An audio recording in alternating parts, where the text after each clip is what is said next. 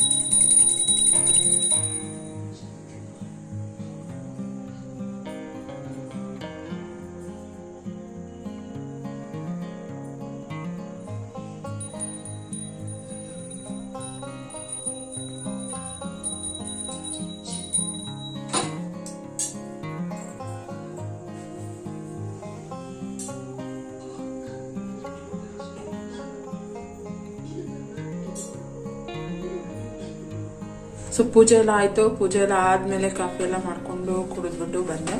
So ಇವತ್ತಿಂದು ಶ್ಲೋಕನ ನಾನು ದೇವ್ರ ಮುಂದೆ ಕೂಡ ಹೇಳ್ಕೊಂಡಿದ್ದೀನಿ. ಸೊ ನಿಮ್ಮ ಜೊತೆನೂ ಕೂಡ ಶೇರ್ ಮಾಡ್ತೀನಿ ಇವಾಗ. ಅಂದರೆ ಹಿಂದಿಂದ 2 ಶ್ಲೋಕನ ನಾನು ಹಿಂದಿನ ಬ್ಲಾಗಲ್ಲಿ ನಿಮ್ಮ ಜೊತೆ ಶೇರ್ ಮಾಡಿದ್ದೀನಿ. ಸೊ 3ನೇ ದಿನ ಚಂದ್ರಘಂಟಾ ದೇವಿನ ಪೂಜಿಸೋದು, ಆ ದೇವರದು ಸ್ತುತಿ ಮತ್ತೆ ಅದರದ್ದು ಸ್ತುತಿ ಮತ್ತೆ ಅದರದ್ದು ಕಥೆನ ನಾನು ನಿಮ್ಮ ಜೊತೆ ಇವತ್ತು ಶೇರ್ ಮಾಡ್ಕೊಳ್ತಾ ಇದ್ದೀನಿ. ಸೊ ಸ್ತುತಿ ಬಂದು, ಚಂದ್ರಘಂಟಾ ಸ್ತುತಿ ಬಂದು, ಯಾ ದೇವಿ ಸರ್ವಭೂತೇಷು ಮಾಂ ಚಂದ್ರಘಂಟಾ ರೂಪೇಣ ಸಂಸ್ಥಿತ, ನಮಸ್ತಸ್ಯ ನಮಸ್ತಸ್ಯ ನಮಸ್ತಸ್ಯ ನಮೋ ನಮಃ, ಆಹ್ಲಾದಕಾರಿಣಿ ಚಂದ್ರಭೂಷಣ ಹಸ್ತೆ ಪದ್ಮಧಾರಿಣಿ ಘಂಟಶೂಲ ಹಲಾನಿ ದೇವಿ ದುಷ್ಟ ಭಾವ ವಿನಾಶಿನಿ. ಸೊ ಇದು ಬಂದ್ಬಿಟ್ಟು ದೇವರದು ಸ್ತುತಿ. ಸೊ ನೆಕ್ಸ್ಟ್ ಬಂದು ಚಂದ್ರಘಂಟಾ ದೇವಿದು ಕತೆ. ಹೊಸದಾಗಿ ವಿವಾಹವಾದ ಸ್ವರೂಪವನ್ನು ದುರ್ಗಾಮಾತೆಯು ಚಂದ್ರಘಂಟಾ ರೂಪದಲ್ಲಿ ತೋರಿಸಿದ್ದಾರೆ. ಹಿಮವಂತ ಹಾಗೂ ಮೈನಾದೇವಿಯ ಪುತ್ರಿಯಾಗಿ ಜನಿಸಿದ ಪಾರ್ವತಿಯು ಶಿವನನ್ನು ಪಡೆಯಲು ಕಠಿಣ ತಪಸ್ಸನ್ನು ಕೈಗೊಳ್ಳುತ್ತಾಳೆ. ಪಾರ್ವತಿಯ ಕಠೋರ ತಪಸ್ಸನ್ನು ಮೆಚ್ಚಿದ ಶಿವನು ಮದುವೆಯಾಗಲು ಒಪ್ಪಿಕೊಳ್ಳುತ್ತಾನೆ. ಇದರಂತೆ ಹಿಮವಾನನ ಅರಮನೆಯಲ್ಲಿ ಮದುವೆಯ ಏರ್ಪಾಡುಗಳು ನಡೆಯುತ್ತದೆ. ಸ್ಮಶಾನವಾಸಿಯಾದ ಶಿವನು ತನ್ನ ಭಯಾನಕ ರೂಪದಲ್ಲೇ ತನ್ನ ಗಣಗಳೊಂದಿಗೆ ಮೆರವಣಿಗೆಯಲ್ಲಿ ಅರಮನೆಯನ್ನು ತಲುಪುತ್ತಾನೆ. ಬೂದಿಯಿಂದ ಮುಚ್ಚಲ್ಪಟ್ಟ ಶರೀರ, ಕೊರಳಿನಲ್ಲಿ ಸುತ್ತಿದ ಹಾವುಗಳು, ಗಂಟಿನಂತಿರುವ ಜಟೆದಾರಿಯಾದ ಶಿವ, ಅವನೊಂದಿಗೆ ದೆವ್ವಗಳು, ಪಿಶಾಚಗಣಗಳು, ಋಷಿಮುನಿಗಳು, ಅಘೋರಿಗಳನ್ನು ಒಳಗೊಂಡ ವಿಚಿತ್ರ ಮೆರವಣಿಗೆಯನ್ನು ನೋಡಿ ಪಾರ್ವತಿಯ ತಾಯಿ ಮೂರ್ಛೆ ಹೋಗುತ್ತಾಳೆ. ವಿವಾಹಕ್ಕೆಂದು ಸೇರಿದವರು ಶಿವನ ರೂಪ, ಅವನ ಗಣಗಳನ್ನು ನೋಡಿ ಆಘಾತವನ್ನು ಅನುಭವಿಸುತ್ತಾರೆ. ಇದನ್ನು ಕಂಡ ಪಾರ್ವತಿಯು ಶಿವನಿಗೆ ಮುಜುಗರವಾಗದಿರಲೆಂದು ಭಯಾನಕ ರೂಪವಾಗಿ ಚಂದ್ರಘಂಟೆಯಾಗಿ ಪರಿವರ್ತನೆಯಾಗುತ್ತಾಳೆ. ಚಿನ್ನದ ಮೈಬಣ್ಣವನ್ನು ಹೊಂದಿದ ಚಂದ್ರಘಂಟೆಯು 10 ತೋಳುಗಳನ್ನು ಹೊಂದಿದ್ದಳು. 9 ತೋಳುಗಳಲ್ಲಿ ತ್ರಿಶೂಲ, ಗದೆ, ವಿಲ್ಲು, ಬಾಣ, ಖಡ್ಗ, ಕಮಲ, ಗಂಟೆ, ಕಮಂಡಲ ಹಾಗೂ 1 ತೋಳಿನಲ್ಲಿ ಅಭಯ ಮುದ್ರೆಯಿಂದ ಸಿಂಹವಾಹಿನಿಯಾಗಿ ರೂಪ ತಾಳುತ್ತಾಳೆ. ತನ್ನ ಭಕ್ತರಿಗೆ ತಾಯಿಯಂತೆ ಆದಿಶಕ್ತಿಯು ಸಹಾನುಭೂತಿಯನ್ನು ತೋರುತ್ತಾಳೆ ಹಾಗೂ ಕೆಟ್ಟವರಿಗೆ ಭಯಾನಕ ರೂಪದಲ್ಲಿ ಕಾಣಿಸಿಕೊಳ್ಳುತ್ತಾಳೆ.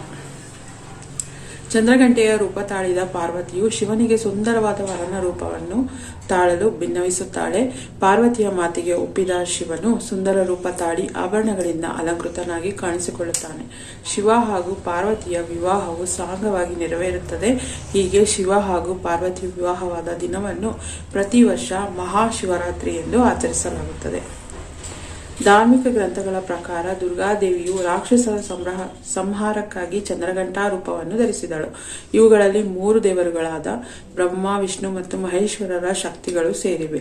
ಕೈಯಲ್ಲಿ ಖಡ್ಗ, ತ್ರಿಶೂಲ, ಬಿಲ್ಲು ಮತ್ತು ಗದೆಯನ್ನು ಹಿಡಿದಿರುತ್ತಾಳೆ.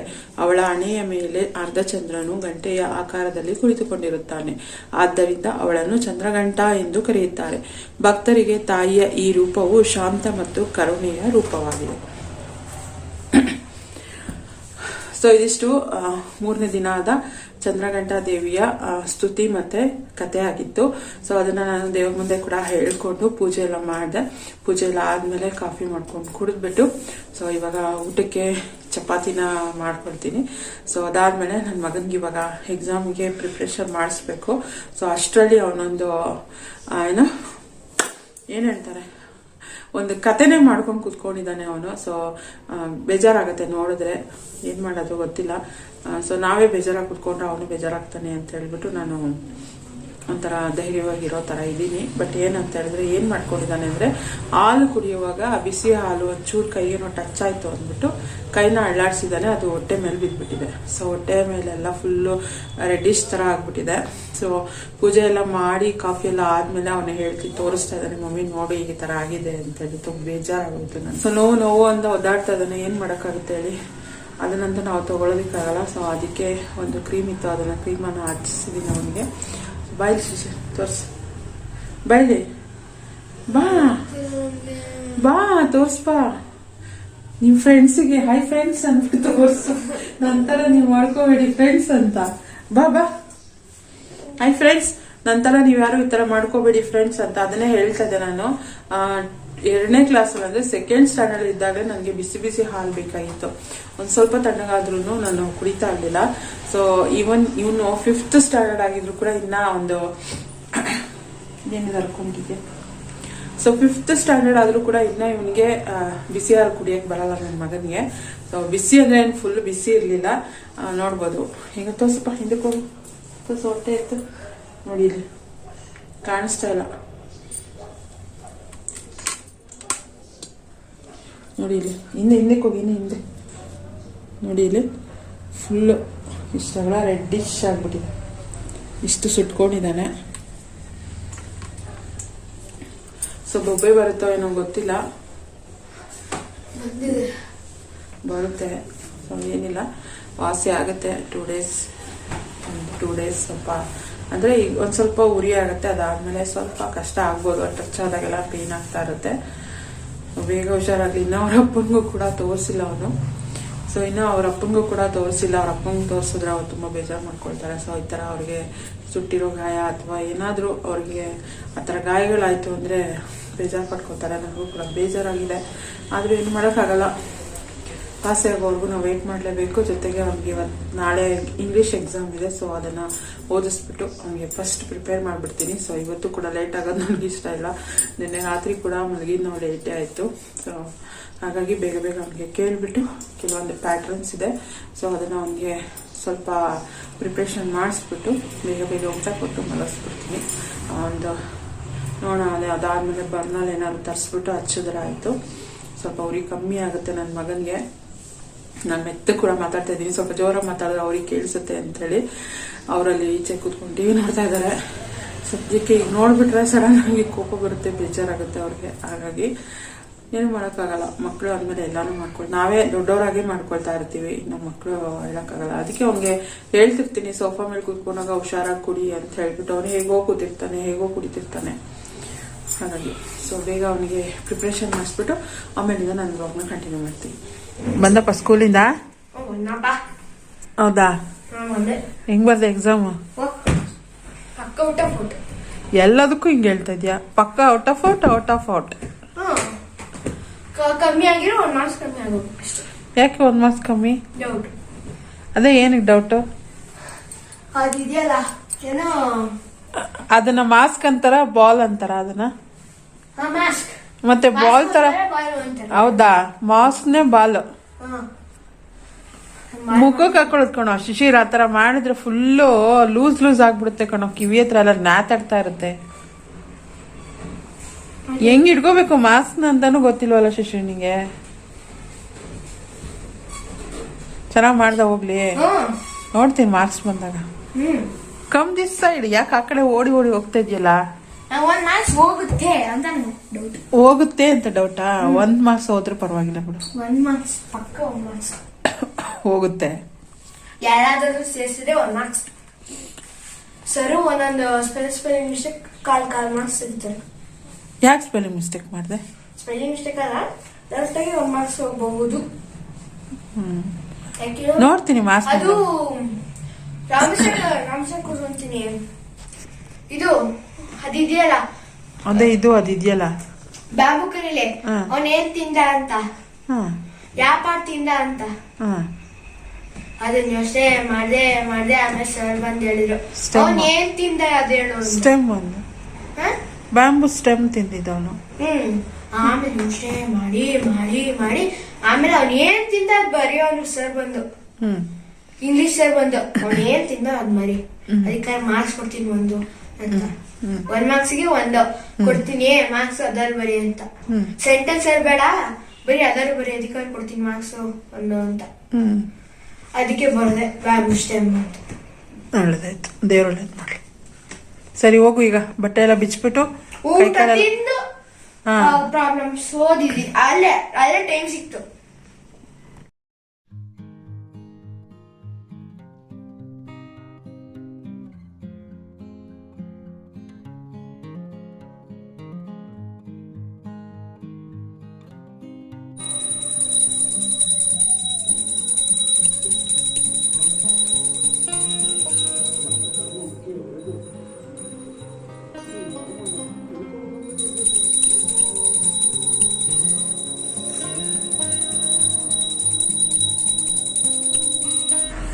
ಸೊ 4ನೇ ದಿನದ ಪೂಜೆ ಕೂಡ ಕಂಪ್ಲೀಟ್ ಆಯ್ತು ನಂದು. ಇವತ್ತು ಬಂದು ಗುರುವಾರ ಅಂದ್ರೆ ನವರಾತ್ರಿ ಹಬ್ಬದ 4ನೇ ದಿನ ಇವತ್ತು ಬಂದು ಕೂಷ್ಮಾಂಡಿನಿ ದೇವಿ ಅವತಾರ ತಾಳಿರ್ತಾರೆ ತಾಯಿ. ಸೊ ಆ ರೂಪದಲ್ಲಿ ಇವತ್ತು ದೇವ್ರನ್ನ ಪೂಜೆ ಮಾಡ್ತಾರೆ. ಸೊ ಪೂಜೆ ಕೂಡ ಆಯ್ತು, ಎಲ್ಲ ಹೊಸಲು ಪೂಜೆ ಮತ್ತೆ ಮನೆ ಪೂಜೆ ಎಲ್ಲ ಮಾಡಿದೀನಿ. ಸೊ ಇವಾಗ ದೇವಸ್ಥಾನಕ್ಕೆ ಹೋಗೋಣ ಅಂತ ಹೇಳ್ಬಿಟ್ಟು, ಸೊ ಒಂದಿನ ಆದ್ರೂ ದೇವಸ್ಥಾನಕ್ಕೆ ಹೋಗೋಣ ಅಂತ. ಇವತ್ತು ಗುರುವಾರ ಆಗಿರೋದ್ರಿಂದ ನಮ್ಮ ಮನೆ ಹತ್ರ ರಾಘವೇಂದ್ರ ಸ್ವಾಮಿ ದೇವಸ್ಥಾನ ಇದೆ. ಸೊ ಅಲ್ಲಿ ಹೋಗ್ಬಿಟ್ಟು ದೇವ್ರನ್ನ ಆಶೀರ್ವಾದ ತೊಗೊಂಡು ಬರೋಣ ಅಂತ ಹೊಟ್ಟಿದ್ದೀನಿ. ಹಾಗೆ ತರಕಾರಿ ಕೂಡ ತರಬೇಕು ಮನೆಗೆ. ಸೊ ಹಾಗೆ ದೇವಸ್ಥಾನಕ್ಕೆ ಹೋಗಿ ದೇವರ ಆಶೀರ್ವಾದ ತೊಗೊಂಡು ತರಕಾರಿ ತೊಗೊಂಡು ಮನೆಗೆ ಬರೋದು. ಸೊ ಬನ್ನಿ ಬೇಗ ಫಸ್ಟು ದೇವಸ್ಥಾನಕ್ಕೆ ಹೋಗಿ ಬಂದ್ಬಿಡ್ತೀನಿ. ಅದಾದಮೇಲೆ ಇವತ್ತಿನ ಏನು ಸ್ತುತಿ ಇದೆ, ಕತೆ ಇದೆ, ಅದನ್ನು ನಾನು ಆಮೇಲೆ ಹೋಗ್ತೀನಿ. ಸೊ ಇದು ಬಂದು ನಮ್ಮ ಮನೆ ಹತ್ರ ಇರುವಂಥ ದೇವಸ್ಥಾನ. ಆ ದೇವಸ್ಥಾನಕ್ಕೆ ನಾನು ನನ್ನ ಮಗ ಇಬ್ಬರು ಕೂಡ ಹೋಗಿದ್ವಿ. ಸೊ ಈ ದೇವಸ್ಥಾನದ ಮೇಲೆ ಸ್ವಲ್ಪ ನನಗೆ ಬೇಜಾರು ಕೂಡ ಇದೆ, ಯಾಕೆಂದರೆ ನಮ್ಮ ಮನೆ ಪೂಜೆ ಟೈಮ್ನಲ್ಲಿ ಸೊ ಇಲ್ಲಿಂದ ನಾವು ಪೂಜೆ ಮಾಡಿಸಿದ್ದು. ಹಾಗಾಗಿ ಸ್ವಲ್ಪ ಕೆಲವು ಸಮಸ್ಯೆಗಳೆಲ್ಲ ಆಯಿತು ಪೂಜೆ ಟೈಮಲ್ಲಿ. ಹಾಗಾಗಿ ಸ್ವಲ್ಪ ಬೇಜಾರಿದೆ. ಆದರೂ ಕೂಡ ನಮ್ಮ ಜೀವನದಲ್ಲಿ ಆಗೋ ಘಟನೆಗಳಿಗೆಲ್ಲ ನಾವು ದೇವ್ರನ್ನ ಹೊಣೆ ಮಾಡೋದಕ್ಕಾಗಲ್ಲ.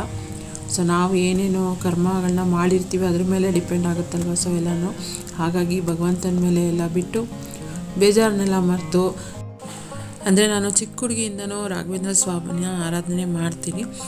ಹಾಗಾಗಿ ಆ ದೇವ್ರನ್ನ ನಂಬ್ತೀನಿ ಕೂಡ. ಮುಂದೆ ನಮಗೆ ಒಳ್ಳೇದು ಮಾಡುತ್ತೆ ಅಂತ ಅಂದ್ಕೊಂಡಿದ್ದೀನಿ ದೇವರು. ಸೊ ಅದಾದಮೇಲೆ ಅಲ್ಲಿಂದ ತರಕಾರಿ ತೊಗೊಳ್ಬೇಕಾಗಿತ್ತು. ಸೊ ಹಾಗಾಗಿ ತರಕಾರಿ ತೊಗೊಂಬರೋದಕ್ಕೆ ಅಂತ ಹೋದ್ವಿ. ದೇವಸ್ಥಾನಕ್ಕೆಲ್ಲ ಹೋಗಿ ಬಂದ್ವಿ. ಇಲ್ಲೇ ನಮ್ಮ ಮನೆ ಹತ್ರ ಇರೋ ರಾಘವೇಂದ್ರ ಸ್ವಾಮಿ ದೇವಸ್ಥಾನಕ್ಕೆ ಹೋಗಿದ್ದೆ. ಸೊ ತುಂಬ ದಿನ ಆಗಿತ್ತು ಆ ದೇವಸ್ಥಾನಕ್ಕೆ ಹೋಗಿ. ಇವತ್ತು ಗುರುವಾರ ಬೇರೆ ಅಲ್ವಾ, ಹಾಗಾಗಿ ರಾಘವೇಂದ್ರ ದೇವಸ್ಥಾನಕ್ಕೆ ಹೋಗೋಣ, ರಾಘವೇಂದ್ರ ಸ್ವಾಮಿ ದೇವಸ್ಥಾನಕ್ಕೆ ಅಂತೇಳಿ. ಸೊ ಅಲ್ಲೇನೋ ಪೂಜೆ ಎಲ್ಲ ಮಾಡ್ತಾ ಇದ್ರು ಅವರು. ಸುಮ್ಮನೆ ತುಂಬ ಹೊತ್ತು ಇರೋದಕ್ಕಾಗಲ್ಲ ಅಂತ ಹೇಳ್ಬಿಟ್ಟು, ಮತ್ತೆ ಇವ್ರಿಗೆ ಎಕ್ಸಾಮ್ ಬೇರೆ ಓದಿಸ್ಬೇಕು ಅಂತೇಳಿ ಬಂದ್ಬಿಟ್ಟೆ ನಾನು. ಸೊ ಅಲ್ಲಿಂದ ಬರ್ತಾ ಹಾಗೆ ತರಕಾರಿನ ತೊಗೊಂಡು ಬಂದು ಇವಾಗ ಮನೆಯಲ್ಲಿ ನುಗ್ಗೆಕಾಯಿ ಸಾಂಬಾರು ಮಾಡಿದ್ದೀನಿ. ಊಟಕ್ಕೆ ಕೊಡಬೇಕು ಎಲ್ಲರಿಗೂ. ಅವನಿನ್ನ ಓದ್ತಾ ಇದ್ದಾನೆ ರೂಮಲ್ಲಿ ಕೂತ್ಕೊಂಡು.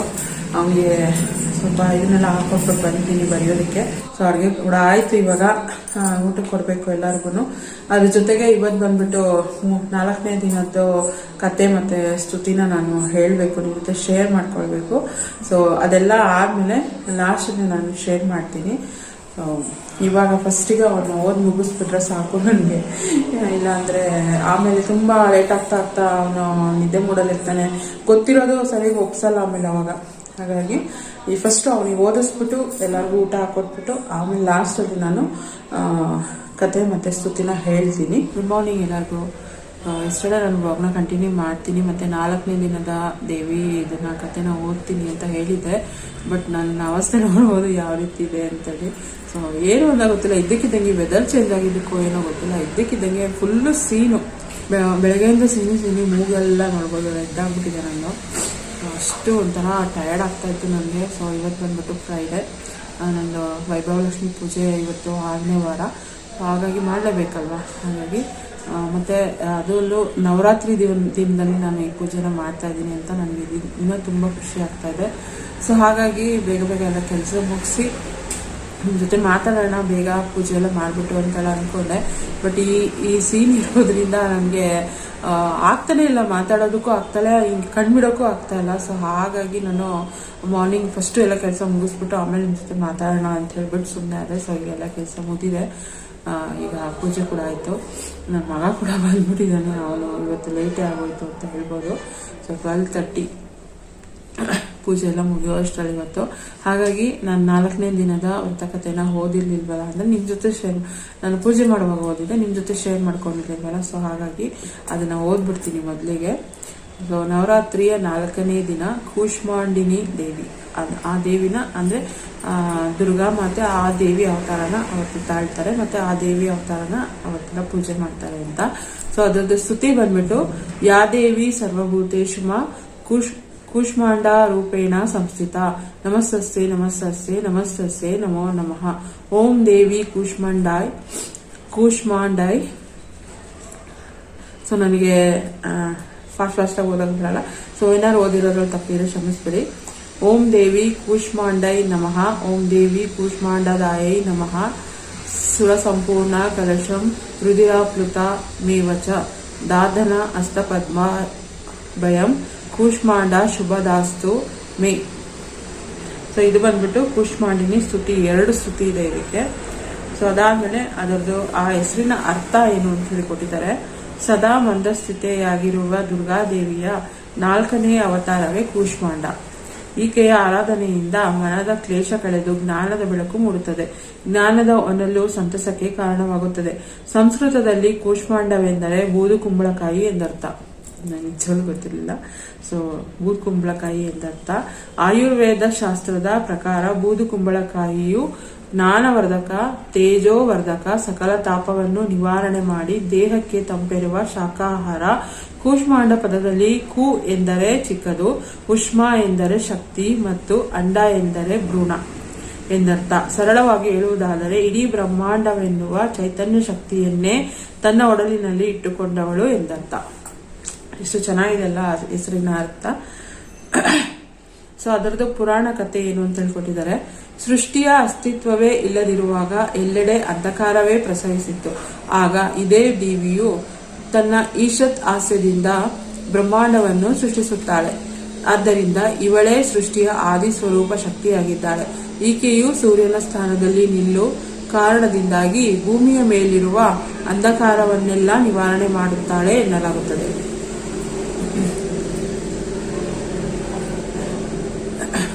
ಕೂಷ್ಮಾಂಡ ದೇವಿಯು ತನ್ನ 7 ಕೈಗಳಲ್ಲಿ ಕಮಂಡಲ, ಧನಸ್ಸು, ಬಾಣ, ತಾವರೆ ಹೂವು, ಚಕ್ರ, ಗದೆ ಹಾಗೂ ಜಪಮಾಲೆಯನ್ನು ಹಿಡಿದಿದ್ದಾಳೆ. ಇನ್ನೊಂದು ಹಸ್ತವು ಅಭಯ ಮುದ್ರೆಯಲ್ಲಿದ್ದು ಸದಾ ತನ್ನ ಭಕ್ತರನ್ನು ಆಶೀರ್ವದಿಸುತ್ತಾಳೆ ಎನ್ನಲಾಗುತ್ತದೆ. ವ್ಯಾಘ್ರವಾಹಿನಿಯಾಗಿರುವ ಈಕೆ ಧರ್ಮದ ಪ್ರತೀಕವಾಗಿದ್ದಾಳೆ. 8 ಭುಜಗಳಿರುವ ಕಾರಣ ಅಷ್ಟಭುಜಾದೇವಿ ಎಂದು ಕರೆಯಲಾಗುತ್ತದೆ. ಸೊ ಇಷ್ಟೇ ಕೊಟ್ಟಿರೋದು, ಇದ್ರ ಬಗ್ಗೆ ಏನು ಕತೆ ಇಲ್ಲ, ಸೊ ಸ್ಟೋರಿ ಏನೂ ಇಲ್ಲ. ಒಟ್ಟಿನಲ್ಲಿ ಅದ್ರ ರೂಪ ಹೇಗಿದೆ ಮತ್ತೆ ಅದರದ್ದು ಹೆಸರಿನ ಅರ್ಥ ಏನು ಇಷ್ಟನ್ನ ಕೊಟ್ಟಿದ್ರು. ಸೊ ಅದನ್ನ ಓದಿದ್ವಿ. ಸೊ ಇವತ್ತು ಬಂದ್ಬಿಟ್ಟು ನವರಾತ್ರಿ ಹಬ್ಬದ 5ನೇ ದಿನ, ಸ್ಕಂದಮಾತಾ ದೇವಿನ ಆರಾಧಿಸುವಂತ ದಿನ ಇವತ್ತು. ಸೊ ಜೊತೆಗೆ ಇವತ್ತು ಫ್ರೈಡೇ ಆಗಿರೋದ್ರಿಂದ ನಾನು ಸಂಜೆ ವೈಭವಲಕ್ಷ್ಮಿ ಪೂಜೆ ಮಾಡ್ತೀನಿ. ಸೊ ಅದ್ರ ಜೊತೆಗೆ ನವರಾತ್ರಿ ಪೂಜೆನೂ ಕೂಡ ನಾನು ಮಾಡ್ತೀನಿ. ಆವಾಗಲೇ ನನ್ನ ಶ್ಲೋಕನೆಲ್ಲ ಅದರದ್ದು ಓದ್ತೀನಿ, ದೇವ್ರ ಮುಂದೆನೆ ಓದ್ತೀನಿ. ಸೊ ಅದನ್ನೆಲ್ಲ ನಾನು ನೆಕ್ಸ್ಟ್ ವ್ಲಾಗ್ನಲ್ಲಿ ಶೇರ್ ಮಾಡ್ಕೊಳ್ತೀನಿ. ಸೊ ಈ ವ್ಲಾಗ್ನ ನಾನು ಇಲ್ಲಿಗೆ ಎಂಡ್ ಮಾಡ್ತೀನಿ. ಹೋಪ್ ನಿಮ್ಮೆಲ್ಲರಿಗೂ ಈ ವಿಡಿಯೋ ಇಷ್ಟ ಆಗಿದೆ ಅಂತ ಅನ್ಕೊಂಡಿದ್ದೀನಿ. ಇಷ್ಟ ಆದರೆ ಲೈಕ್, ಕಮೆಂಟ್, ಶೇರ್ ಮಾಡಿ. ನಿಮ್ಮ ಅಭಿಪ್ರಾಯ, ಅನಿಸಿಕೆ ಏನೇ ಇದ್ರೂ ನನಗೆ ಕಮೆಂಟ್ ಮೂಲಕ ತಿಳಿಸ್ಬೋದು. Comment section comment box on ಆಗಿದೆ. ಸೊ ನನ್ನ ಚಾನಲ್ನ ಸಬ್ಸ್ಕ್ರೈಬ್ ಮಾಡಿಕೊಂಡು ನಿಮ್ಮ ಪ್ರೀತಿ ಸಪೋರ್ಟನ್ನು ಕೊಡಬೇಕು ಅಂತ ಹೇಳಿ ಕೇಳ್ಕೊಳ್ತೀನಿ. ಆದಷ್ಟು ಹೆಚ್ಚು ಸಬ್ಸ್ಕ್ರೈಬ್ ಮಾಡ್ಕೊಂಡು ನನಗೆ ಹೆಚ್ಚು ಸಪೋರ್ಟ್ ಮಾಡಿ. ಸೊ ನನ್ನ ಒಂದು ಪುಟ್ಟ ಚಾನಲ್ ಬೆಳೆಯೋದಕ್ಕೆ ಸಹಾಯ ಮಾಡಿ. ಸೊ ಇಷ್ಟೇ ಇವತ್ತಿನ ವಿಡಿಯೋ. ಸಿಗ್ತೀನಿ ನೆಕ್ಸ್ಟ್ ವ್ಲಾಗ್ನಲ್ಲಿ. ಅಲ್ಲಿವರೆಗೂ ಥ್ಯಾಂಕ್ಸ್ ಫಾರ್ ವಾಚಿಂಗ್.